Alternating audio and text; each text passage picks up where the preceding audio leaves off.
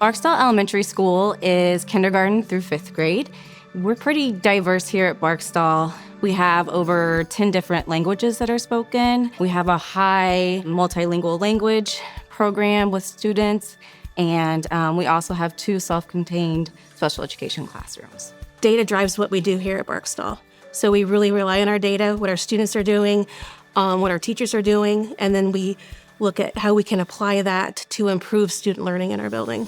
So teachers use data all the time. It's every day. A lot of it's the informal assessments. It's through their teaching, the observation, the questions that they ask students, discussions that they get involved in, and then the work that students do. They use that data to drive their instruction for the next day or even for small groups. They also use data as formal assessments at the end of the unit topics for math and for reading. So they take a look at that together as a grade level to see, what went well with the data, what students picked up the standards, and then what students need extra support. And so where do they need to go back and do reteaching? They also look if this teacher did very well. Did the teacher do anything different? We use data daily just to guide our instruction and to gauge where our students are at. At different points, students are involved. We have our MAP assessment 3 times a year. Students are looking at their scores, and then they are targeting a new goal for the next assessment period. We also are looking at fluency. That is our TLF here at Barkstall. So intermediate students are paying attention to what their reading rate is, and they're working on improving that. We use it to hype them and to help them want to get better at what they're doing. When I tried to read chapter books, I usually would look for pictures to explain, but I couldn't read very well. And now I can read giant chapter books and books that big and stuff. When students are invested in what they're doing and they know where they're going, we get so much better results with our students. The students chose the slogan, "Today a reader, tomorrow a leader." They came up with our student-friendly slogan, and so they got to vote on the slogan choice, and then we had a big reveal. And then this year we have included posters in all our classrooms with our focus, and it's become part of our daily announcements. The students now are saying it and have it memorized. So as we continue to add that into the classroom, I look to see that the students become even more involved and take ownership with it. What we've seen that has been most impactful with our students in tracking their data is, number one, they know what's expected of them. And so when we have them track data and they know what their goal is, they're going to work so much harder to reach that goal. And that has been just a game changer.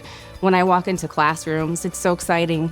Students come up to me and say, "Hey, Miss Bradford, look, I met my goal."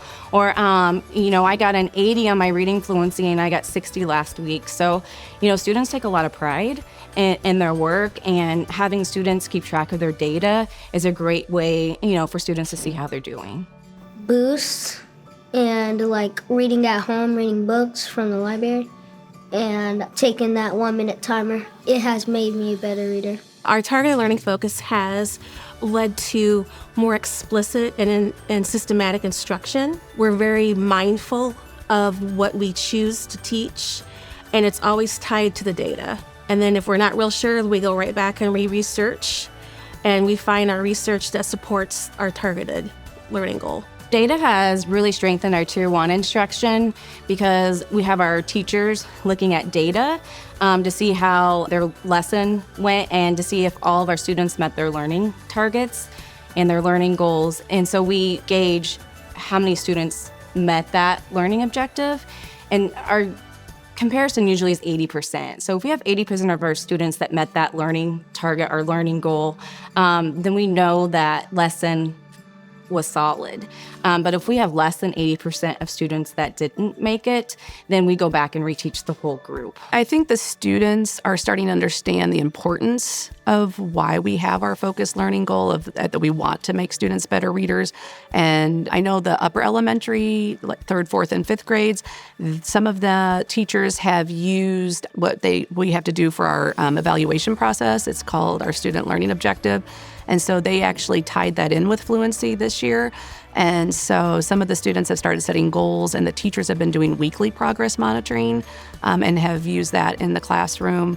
The students are starting to see that we're focusing more on their individual progress now. And I think that has made them in turn excited about where they're going, and they see themselves in a positive light. It was hard because a lot of times we had to read to do stuff in school, and it was hard because I always had to get pulled in to do stuff. Now that I'm getting better at reading, it's funner to read. I can read bigger stories.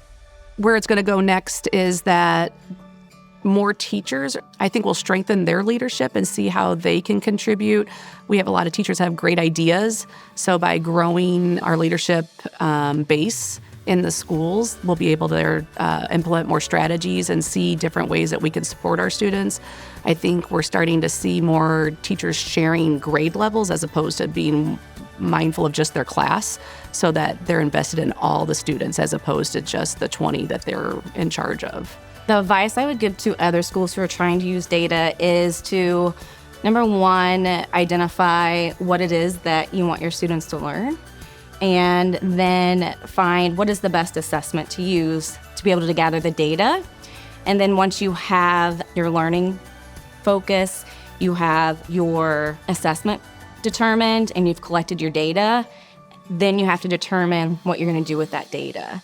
And that's very important because if you just assess students just to assess them, you don't get anything out of it. So you want to be very clear and purposeful on what you're assessing your students and how you're doing it, and that you can compare that data over time so you can see, how students are progressing.